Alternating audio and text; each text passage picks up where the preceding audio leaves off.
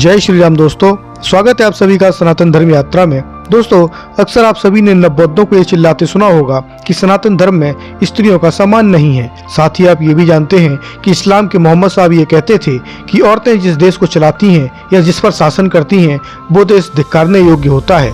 क्या हो अगर यही बात भगवान गौतम बुद्ध ने भी कही हो, तो आप उस पर क्या कहेंगे? आइए आपको लेके चलते हैं जातक कथाओं में 423वीं नंबर की जातक कंडिन जातक पर। इसमें लिखा है, यह गाथा बुद्ध ने जेतवन में विहार करते समय पूर्व भार्या के लोभ के बारे में कही।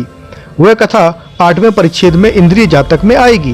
वर्तमान कथा इस प्रकार है। भगवान ने उस भिक्षु को कहा, भिक्षु, पूर्व समय में तू भी इस स्त्री जाति के कारण प्राणों के हाथ धो बिना लाट के अंगारों पर पकाया गया था। भिक्षुओं ने भगवान से उस बात को प्रकट करने की प्रार्थना की। भगवान ने पूर्व जन्म की छिपी हुई बात प्रकट की। अब आगे भिक्षुओं की प्रार्थना करना तथा पूर्व जन्म की छिपी बात होना न कहकर केवल अतीत की बात कही, इतना ही कहेंगे। केवल इतना कहने पर भी प्रार्थना करना तथा बादलों के गर्भ से चंद्रमा के निकलने की तरह पूर्व जन्म की छिपी बात प्रकट होना, यह सब पूर्वोक्त प्रकार से ही जोड़कर समझना चाहिए। अब आइए चलते हैं इसकी अतीत कथा पर। इसमें लिखा है, पूर्व समय में मगध राष्ट्र के राजगृह नगर में मगध नरेश राज्य करते थे। मगध वासियों की खेती के समय मृगों से बड़ी हानि होती थी। वे मृग जंगल में पर्वतों पर जाते, सो एक जंगली पर्वत निवासी मृग एक ग्राम वासिनी हरिणी के साथ मेल के कारण उस मृगों के पर्वत से नीचे यानी ग्रामांत में उतरने के समय उस हरिणी के ऊपर आसक्त हो उन मृगों के साथ नीचे उतर आया। उस हरिणी से उससे पूछा, आर्य, तू पर्वतवासी मूर्ख मृग कौन सा है? ग्राम आस्का तथा भय का स्थान है, तू हमारे साथ मत उतर। लेकिन वह उस हरिणी पर आसक्त रहने के कारण नहीं लौटा और साथ ही आया। मगधवासी इस समय मृगों को पर्वत से उतरने का समय है जान छिपे हुए स्थानों में छिपकर रहते।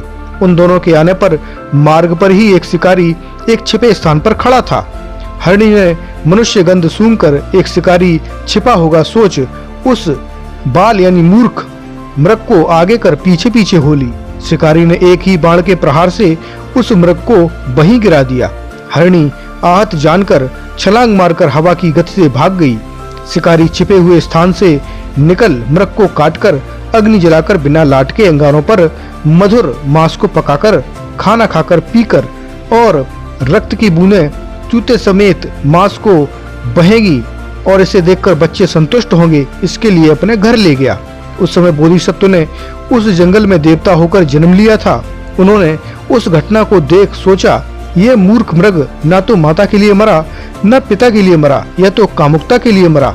कामुकता के कारण प्राणी सुगति से गिरकर हाथों को काटना चाहिए। आदि दुर्गति 5 प्रकार के बंधन आदि तथा नाना प्रकार के दुख को प्राप्त होते हैं। दूसरों को मरने का दुख देना भी इस लोक में निंदनीय है। इस देश पर स्त्री न्यायाधीश विचारक होती है, अनुशासन करती है। वह स्त्री की अधीनता में रहने वाले देश भी निंदनीय है। इस प्रकार एक गाथा में 3 निंदनीय वस्तुओं को दिखाकर वन देवताओं को साधुकार कर गंध पुष्पादि से पूजा करने के बाद मधुर स्वर में उस वनखंड को उद्दानित करते हुए यह धर्मोपदेश दिया। क्या धर्मोपदेश दिया? कि कंडे तीर से जोर से बेचने वाले मनुष्य को धिक्कार है।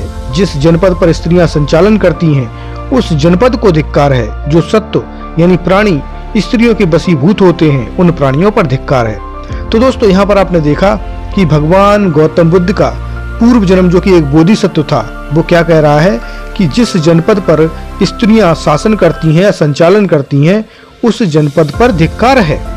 तो इस विषय पर आप क्या कहेंगे? आप अपनी राय कमेंट बॉक्स में अवश्य बताइए। बने रहिए सनातन धर्म यात्रा के साथ और लेते रहिए रोचक एवं धार्मिक जानकारियां प्रमाणों के साथ। धन्यवाद। जय श्री राम।